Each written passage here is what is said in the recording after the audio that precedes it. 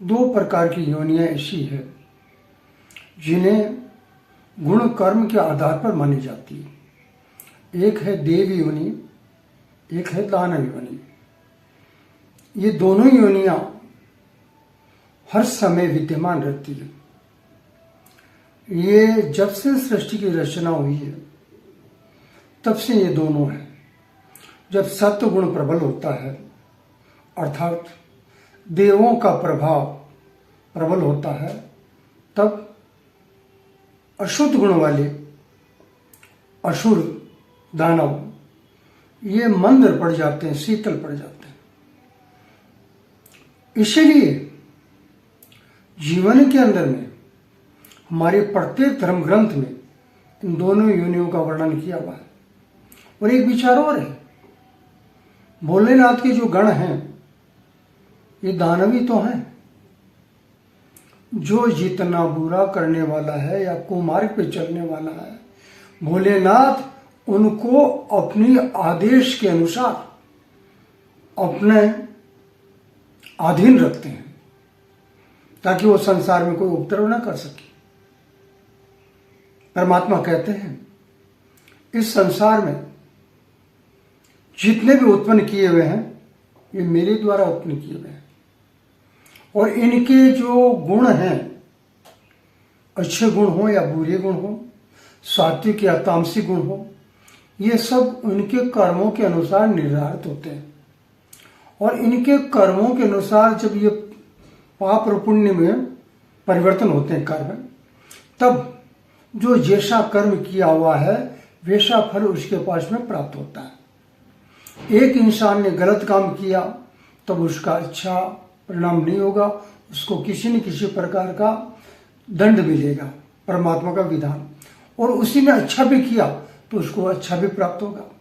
तो एक मनुष्य को अच्छे और बुरे दोनों कर्मों का फल जीवन के अंदर में अलग अलग नहीं, साथ में ही भोगना पड़ता है। ऐसा नहीं है कि हमने जो है कोई बुरा कार्य किया है तो उस कार्य का दंड अच्छे कार्य से नष्ट हो जाएगा, ऐसा नहीं, भोगना दोनों ही पड़ेगा। और ये जो भूत प्रेत आदि योनियां है ये बड़ी खतरनाक है। ये मनुष्य को बार बार संपर्क में आकर के अनेक प्रकार के कष्ट देते हैं, जिनके कारण से मनुष्य विचलित हो जाता है और संसार में कई प्रकार के दुखों का सामना उसे करना पड़ता है। सभी प्रकार के जो इस प्रकार के विजातीय तत्व हैं, जो दानव तत्व हैं, जो असुर तत्व हैं, इनकी परिभाषा भी बहुत सुंदर है।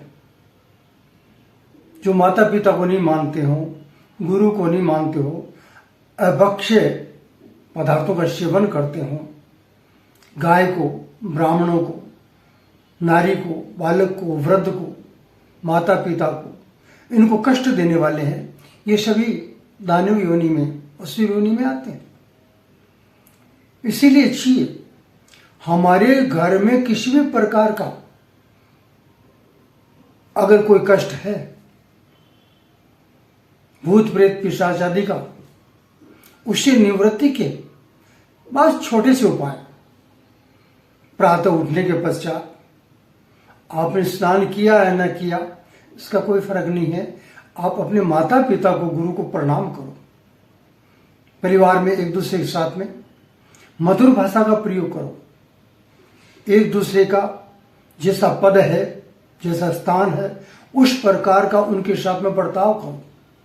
और जीवन में कभी भी आपके घर में, आपके परिसर में नकारात्मक कोई भी शक्ति संचारित नहीं हो सकती, और न ही आपके यहाँ में भूत प्रेत पिशाच आदि किसी भी प्रकार का उपद्रव नहीं कर सकते।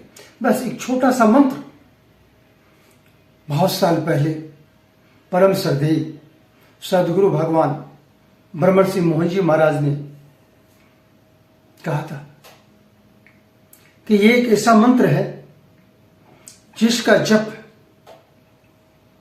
न करके कीर्तन करना चाहिए, और प्रतिदिन 10 मिनट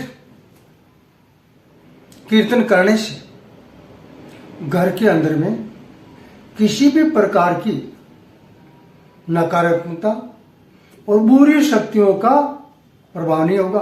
और किसी की दृष्टि हमारे प्रति ठीक नहीं है तो उसका प्रभाव भी नहीं होगा, वरन हमारे अपने जीवन के अंदर में हमेशा उस मंत्र का कवच हर स्थान पर साथ चलेगा। करना क्या है, मंत्र देखिए, श्री राम सिया राम जय हनुमान, श्री राम सिया राम जय हनुमान। बस छोटा सा मंत्र, उड़ते बैठते आते जाते कहीं भी इसको बोलो, वो अलग बात है। घर में अगर प्रतिदिन 10 मिनट तक हाथ में मजीरा आदि ले तो अच्छी बात है, न ले तो ताली बजाते हुए कीर्तन करने से सभी प्रकार का घर में मंगल होगा।